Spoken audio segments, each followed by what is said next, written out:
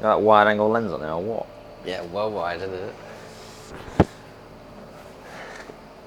Right. Right, guys, we are going to be doing a Q&A from questions that we've had sent into mine and Josh's Instagram. So it's going to be a mixture of lifestyle, fitness, and hopefully you can get to know us a bit more. And Guys, you never say guys. Guys, what? Guys, say boys, man. Yes, boys. Yeah, but you never know, might have one female watching.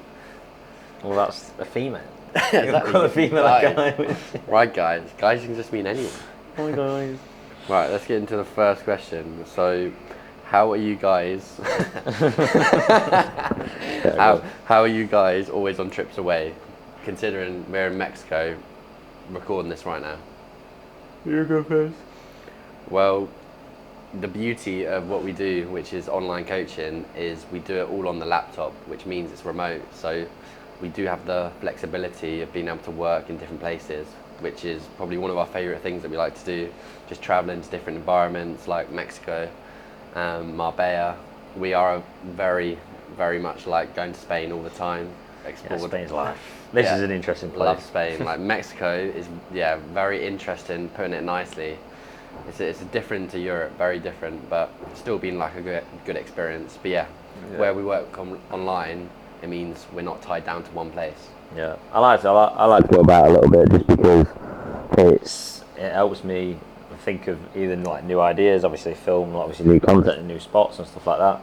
And yeah, England's shite, so Yeah, England is not a vibe, and I think everyone should move away from their like at least hometown, or at least go on holidays in different places. It means you can see different cultures, be in that environment, and it's a complete game changer for running a business as well.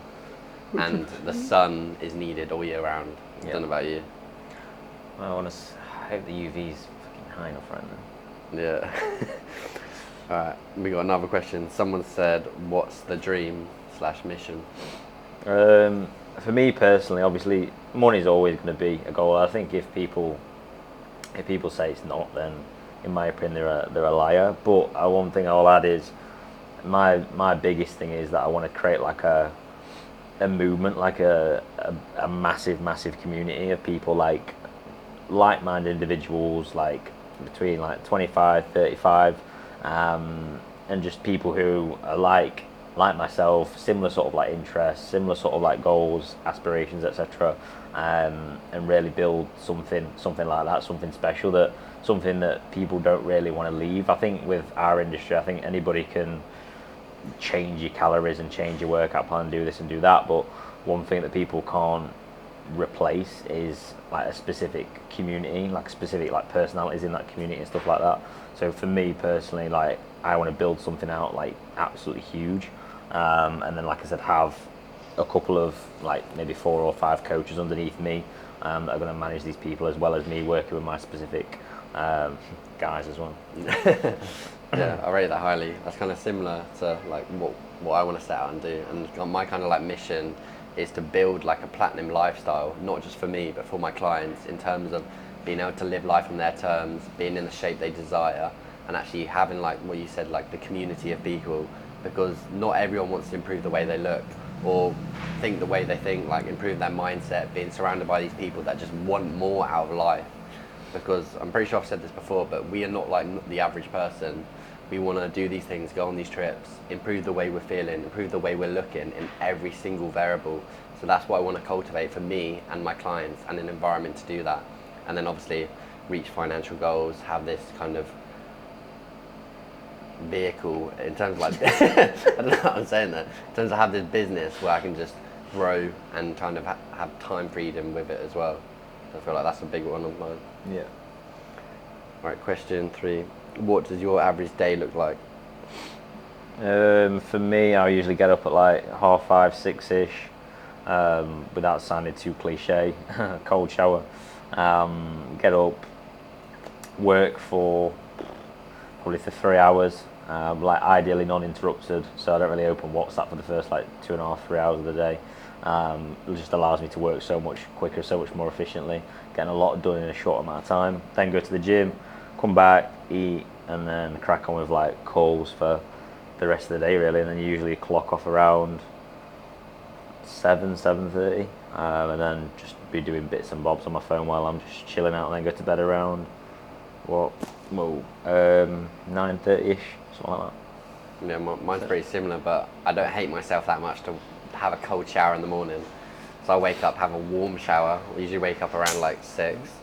I'll have like a warm shower and then get into my deep work for at least 4 hours, and then try to have some sort of break, whether that is eating some food, watching some YouTube, doing something that's not work, or even going on a walk. Because I used to try to work for as long as possible, but that second part of work was just terrible, and like I was just wasting time. So then I'll have food, then go to the gym, then come back and do the second part of whatever. It's on my to-do list, calls, content, that sort of stuff. And then work all the way till like 6, 7, and then kind of have downtime in the evening where I'll be watching YouTube 9 out of 10, because I don't really watch anything else. Yeah, I think with that as well, like each individual will be different. I think some people will be more productive in the morning, some people are more productive in the evening. Me personally, I like to get all my hardest work done that requires the most brain energy before I train, because after I've trained, coming into early afternoon, it's like, not that my brain's mush, but it's not that creative, so I get all that work done that requires a lot of brain energy, a lot of creativity in the morning, and then like I said, the afternoon is just mainly like code and like education stuff, basically. Yeah, right, we've got a fitness one here. Why can I never stick to the gym? So a person just asking that from their own perspective. I mean, me personally, I think that a lot of people do too much far too soon. Yeah, like in reality, well, obviously it's January right now. Probably a lot of people have not done too much over Christmas. Obviously feasted out as I did, but then they've jumped straight in the deep end coming in January. So they're training upwards of 5-6 times a week, going from 0 to 5 to 6 times a week. They're eating next to, I need to just put this phone down. And they're literally eating like next to nothing. Obviously, granted, they want to lose like body fat and stuff. So they just go far too hard, far too soon. And yeah, great, you might make progress for maybe like 5-6ish weeks, even a little bit further than that. But like, there's no real point, because in reality, you are just going to burn out. You're not going to have the time to keep it up. Like, and in reality, it sounds pretty miserable. Do you know what I mean? So yeah, I just think people just do far too much too soon, and then they think that like fitness just doesn't work for them, when in reality they've just been trying the wrong things over and over again. And that's one thing I'll always say is, it's confusing me a little bit, because if people almost take a step back, it's like, right, why has this not worked? Why did it not work last year? But then they try the same thing year on year on year on year on, and then they're in the same position and the same frustration every single year. So yeah, just make sure that you're transitioning into January nice and smoothly. If you've gone from doing nothing, then add 1 or 2 sessions in per week, and then build it up from there. And obviously with your food, obviously then just gradually drop your actual calorie intake if you obviously want to lose body fat, so you're not just going so restrictive, if that makes sense. Yeah, that's agreed. And within that, I think another big issue is most people are just winging it. So they're going into the gym, no plan, no nothing. They know they want to make some sort of change, but they're just going in there, going on any machine, and then they wonder why they only make a limited amount of progress, because that can only take you so far. And obviously as a guy, not many people, you don't really want to ask for help, because you want to be able to do it yourself, and then that just cultivates an environment where you're literally just spinning your wheels in the gym. So biggest tip is have some sort of plan within the gym, and then that can kind of be embedded in your reason why you want to make a change, because there's going to be days where you can't be asked to train, you don't want to go, it's cold, it's wet, you've had a shit day at work, and you still need to get your sessions in. These are the days where having a plan and having your reason why there is key to make that progress, and that's where most people just mess up. 100%. Next question we got: what do you wish you knew back then that you do now? What, fitness wise? Or? Yeah, this is the fitness one. Probably. Oh, that dog's massive. Is that a loose dog? Yeah, straight dog. Probably getting help, like having a coach or a mentor, or however you want to word it. I think a lot of people, they don't. One of the biggest things, I haven't got time for this, I haven't got time for that, to obviously get in shape, for example. But in reality, having a coach, having a mentor, having somebody, well, this is what it is, like taking the guesswork out of it, is massively important. From one, obviously you being a consistency standpoint, but also, for example, like you actually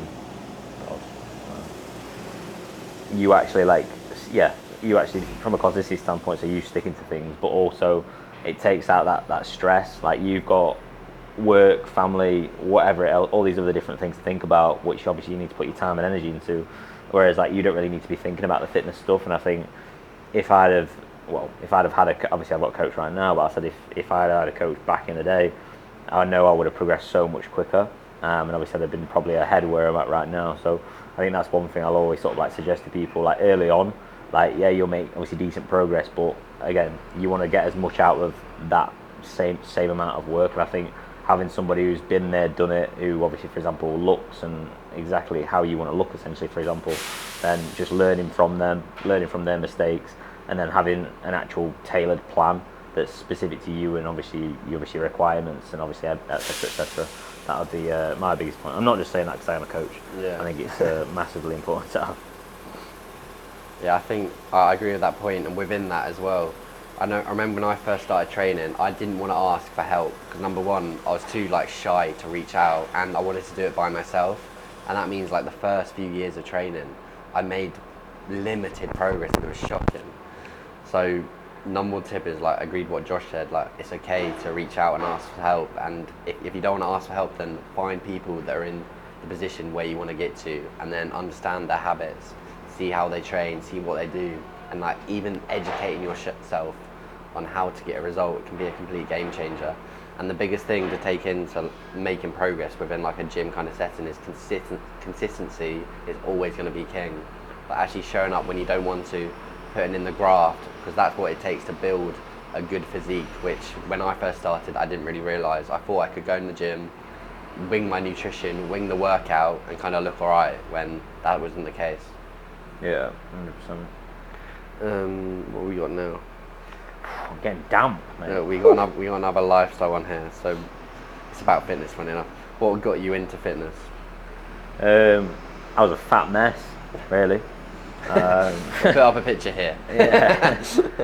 Well, I was fat, then I went the opposite end and went really, really skinny. Then I went like skinny fat, and yeah, it just I didn't want to look like that, really. Like family members would take the mick a little bit, and that was going to be world. Wow, that's loud. Would be alright. Hopefully. Yeah.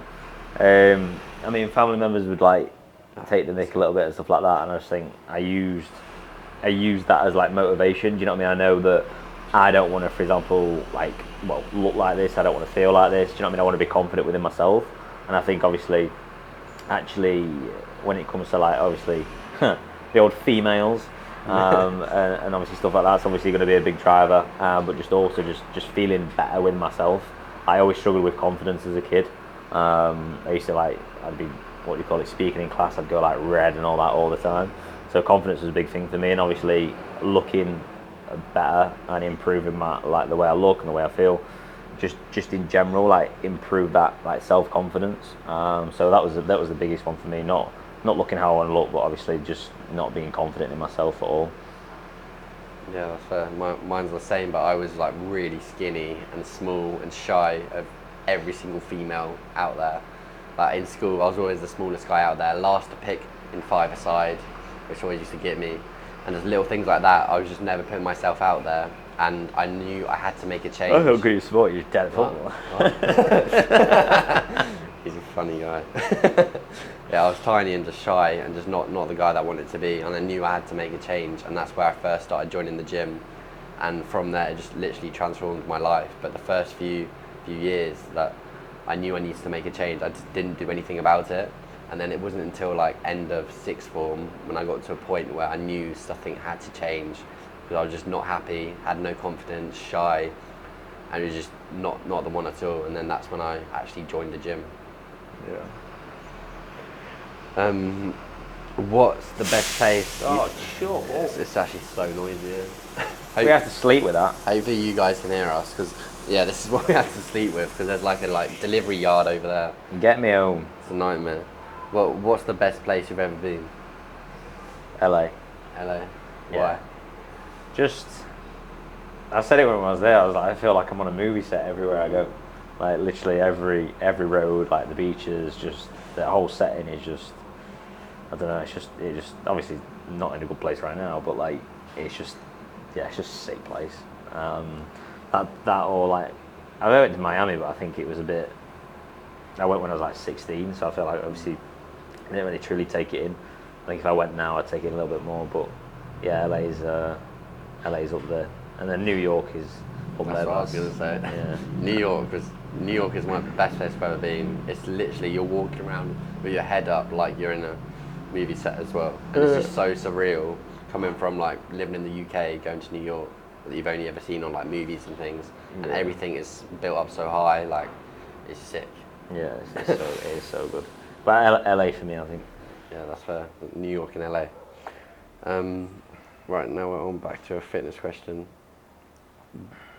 Does what you eat in terms of calories actually matter? So, for example, your macros, say if I ate my macros and just ate McDonald's versus like wholesome food sources. I mean, it's a tricky one. It's Isn't a it? sticky argument. This. Because yeah, in reality, you probably can like lose weight just eating McDonald's if you're in like a deficit. But one, it's probably not good for your bloody insides, and two, it's like you're just gonna feel like absolute arse. And then I think in reality, then if you feel like that, it's going to impact your sleep. It's going to impact all these other different things, which then again will impact like the way you look and the way you feel anyway. So in bird's eye view, like calories in, calories out, yes.